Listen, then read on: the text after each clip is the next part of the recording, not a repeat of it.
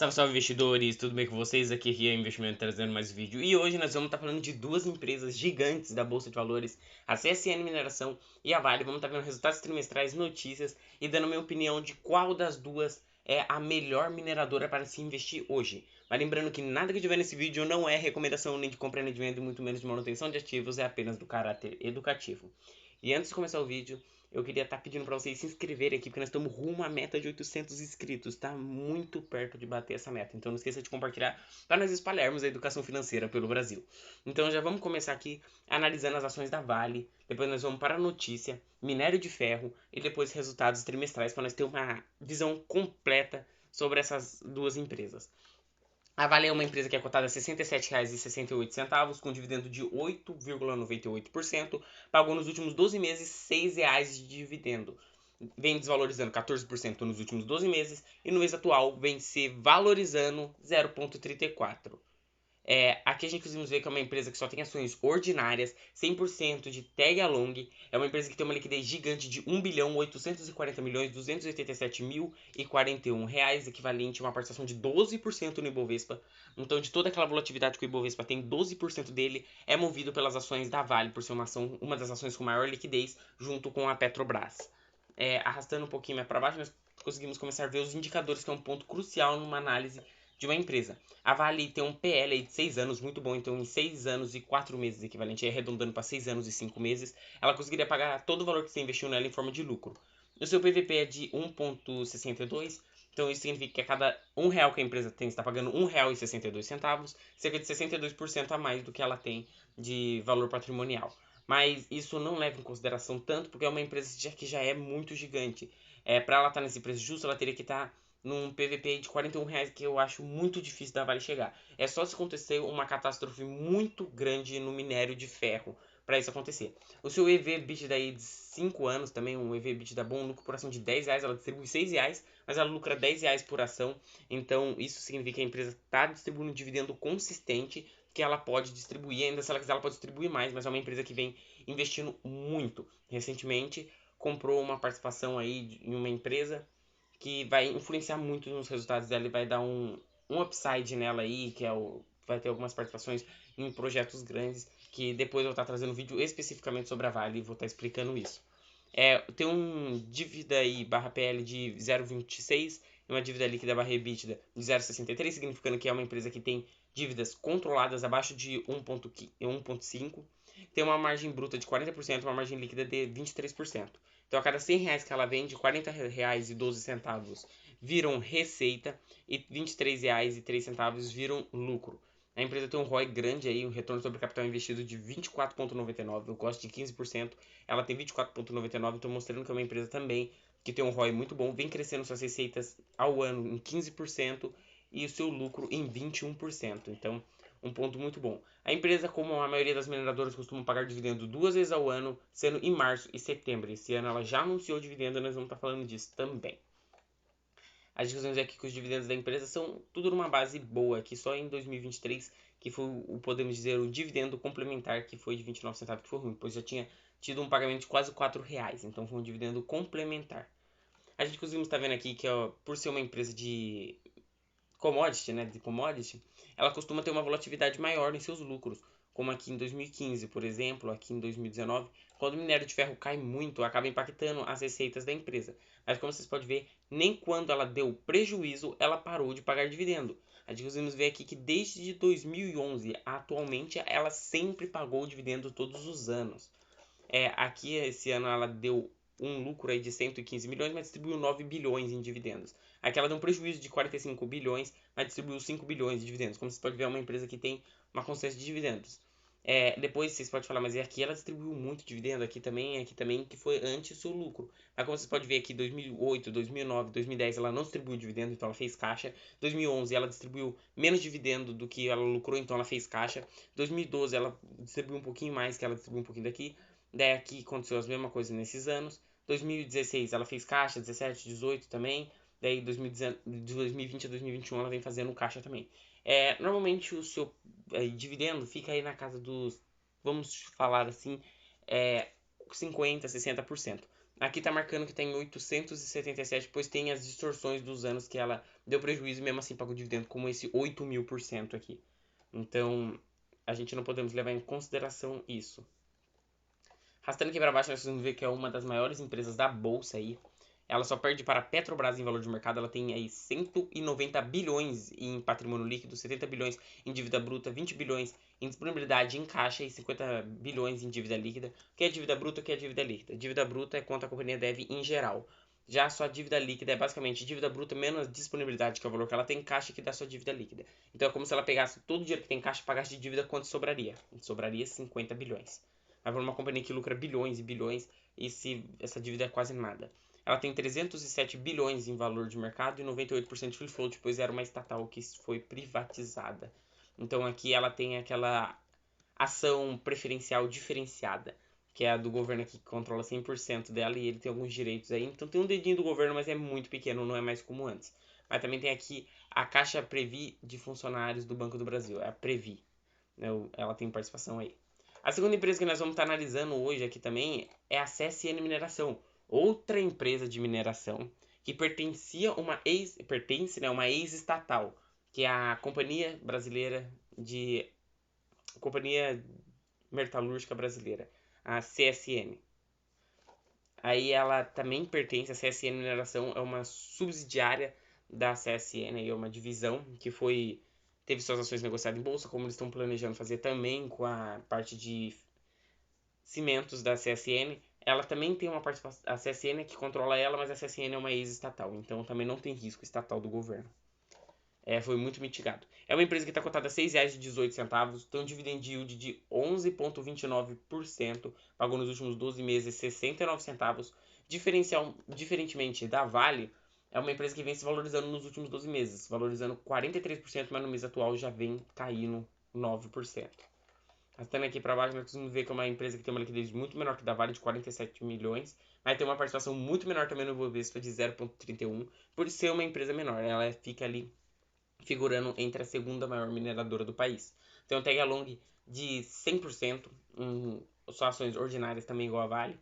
Nós vamos ver aqui que alguns indicadores dela são muito mais esticados que a Vale, tipo, o seu PL de 11 anos é bem mais esticado, um PVP de 2,96, então cada R$1 está pagando R$2,96, 196% a mais. O EV/EBITDA daí fica bom até, que lucro por ação ela distribui mais do que ela lucra, então é uma coisa que tem que ficar de olho. Ela teria que estar cotada a R$2 para estar ali no seu preço justo. A empresa tem uma dívida muito controlada, tem mais dinheiro em caixa do que dívida, tem uma margem bruta de 46%, que é bom, mas uma margem líquida de 17%. O ROI é maior que da Vale de 26%, e ela vem crescendo suas receitas de 19% ao ano e 28% o seu lucro, mostrando que ela vem crescendo mais do que a Vale nesses quesitos.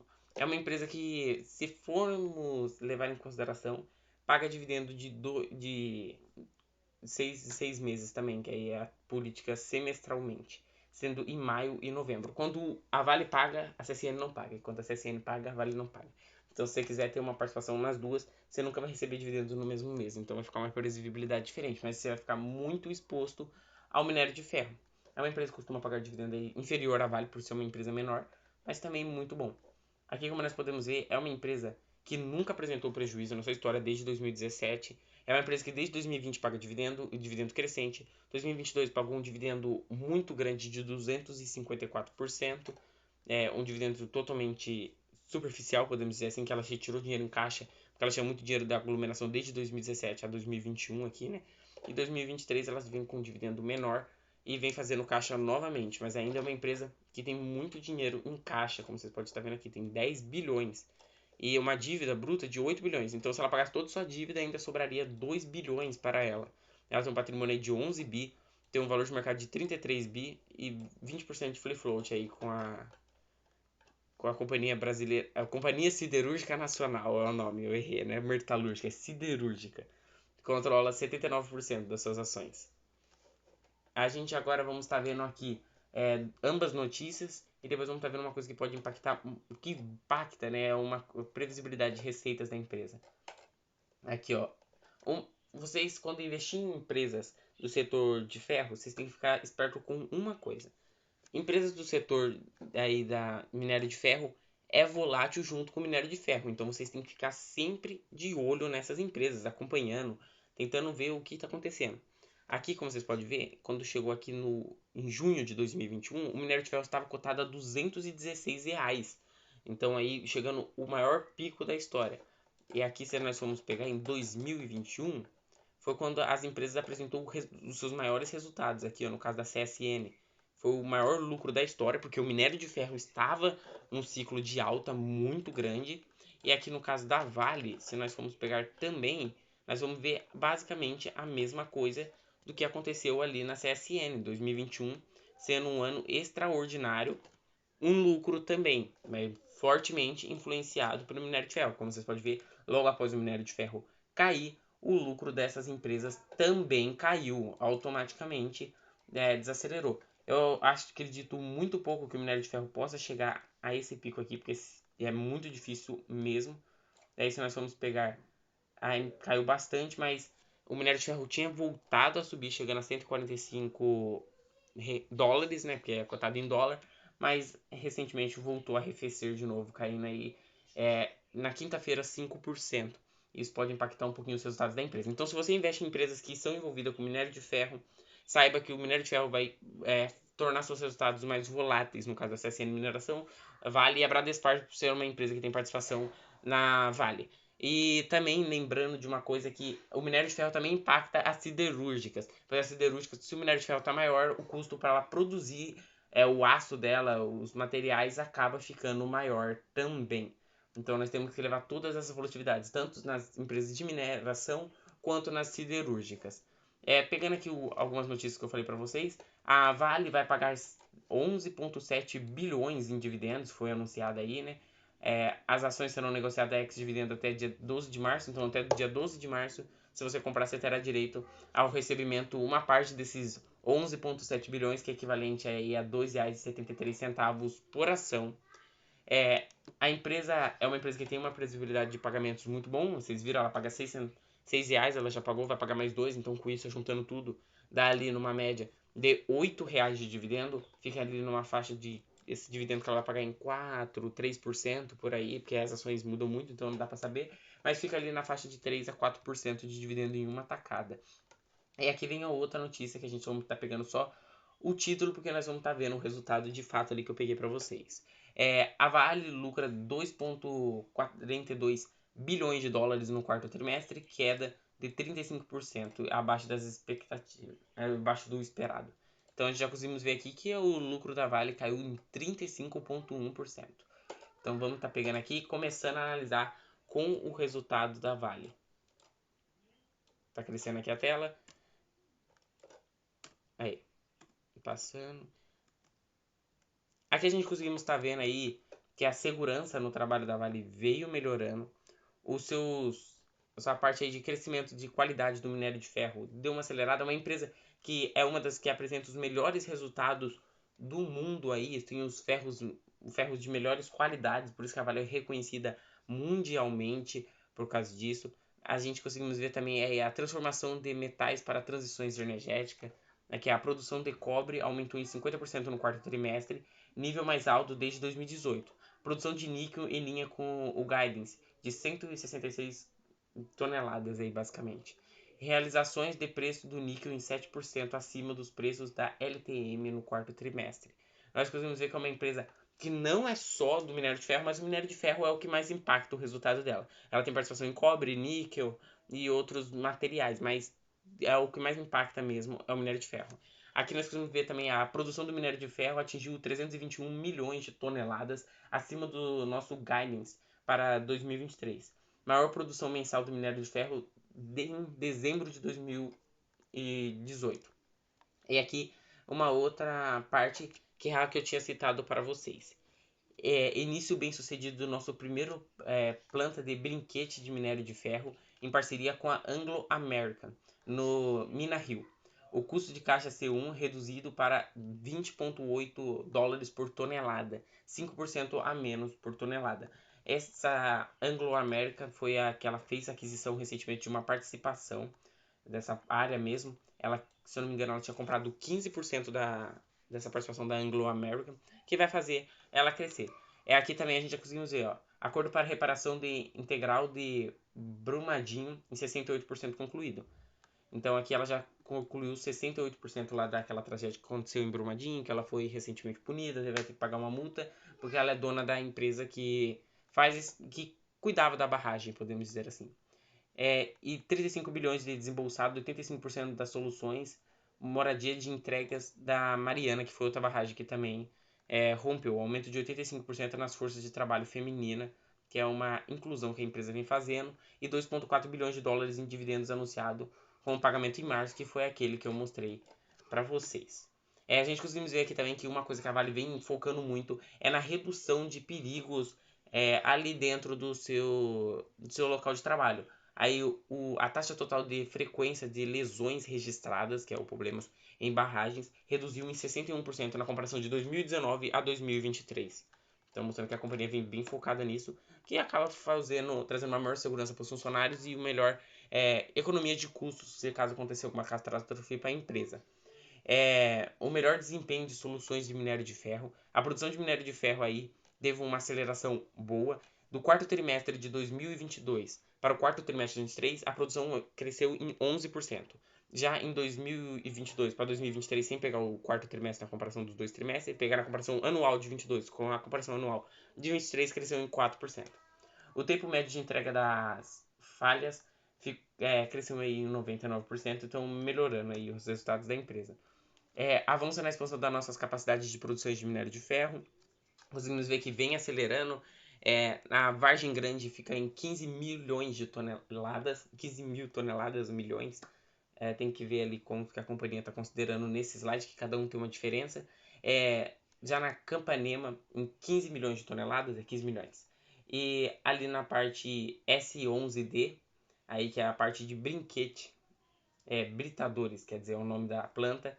Se eu não me engano, é uma planta de brinquete ali, que eles produzem brinquete e minério de ferro. 20 milhões de toneladas. Avançando um pouquinho, a produção de cobre avançou também, na comparação anual em 29%, já a produção de níquel reduziu em 8%. Eu quero chegar aqui à parte onde a empresa começa a falar mais dos seus EBITDAs aí. Aqui, ó, produção do minério de ferro na mina Rio vem aumentando e tem um potencial de aumentar muito mais. Ela está em cerca de 26,5 milhões de toneladas, mas ela tem a capacidade de chegar a 50 milhões de toneladas, mostrando que a companhia ainda pode avançar muito. O EBITDA totalizou 1,7 bilhões, maior ano contra ano, sustentado por os preços mais altos do minério de ferro e despesas menores. Então, como citei anteriormente, o minério de ferro desde 2022, 2023, o 2022 ela começou a reacelerar, então influenciou muito o resultado de 2023. E agora em 2024 o minério de ferro continua dando uma acelerada que vai influenciar também um pouco os resultados disso aqui. Nós podemos ver que, além do menor custos de operações da empresa, que elas vêm otimizando sua estrutura de custos, ela também vem aumentando seus lucros através do aumento do valor do minério de ferro. Preço realizado, estratégia proativa para a otimização de mix de produto. É uma empresa que vem se diversificando, simplificando. Ela não quer ficar totalmente centralizada no minério de ferro, então por isso que ela vem com bauxita, níquel, brinquete, vem fazendo várias coisas para poder se diversificar também e não ficar 100% refém do minério de ferro. Agora, acelerando, a gente conseguimos ter visto que o lucro da empresa desacelerou aí também, porque teve alguns problemas, como a desaceleração dos preços de alguns produtos também. Alguns produtos perderam um pouco de valor, como é no caso do níquel aí, a importação e redução dos custos de níquel em 19%. E a gente conseguimos ver aqui que esse aqui que eu queria estar mostrando especificamente é uma empresa que tem uma estrutura de custos muito boa aí. Aqui, dívida líquida. A empresa tem dívidas de longuíssimos prazos, podemos dizer assim. Tem longo prazo, as dívidas são muito longas e ela tem um posicionamento em caixa muito robusto, que é o que ajuda a empresa a se otimizar. Agora, pegando aqui na parte da CSN Mineração, eu tenho participação na CSN Mineração, porque eu comprei quando ela estava bem abaixo mesmo, o valor dela estava bem defasado, na minha opinião. Então eu preferi comprar ela, mas agora eu vou estar falando um pouco sobre as duas. A gente conseguimos ver aqui que é uma empresa também que vem acelerando aí na sua produção de ferro, porque o principal, a única produção que ela faz é de ferro, ela não é igual a Vale que é diversificada, então ela é 100% dependente do minério de ferro.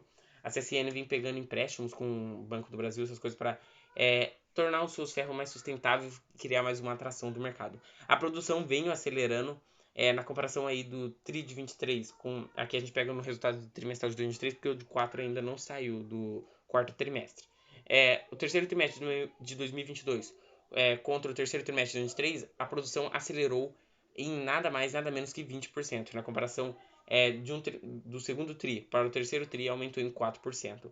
O estoque de minério de ferro vem sendo reduzido, que é bom que ela está vendendo esse minério de ferro. Agora arrastando aqui para outra parte, o volume de vendas veio voltando a acelerar. O mercado externo é onde que ela tem a maior mix de receita aí da empresa. Então podemos dizer aí que o mercado interno, que é o Brasil, serve só para pagar os custos da empresa, e o externo é o que gera o lucro de fato. Podemos dizer que 90% do lucro dela vem de fora e o restante do nacional. A receita líquida sobre FOB vem aumentando também.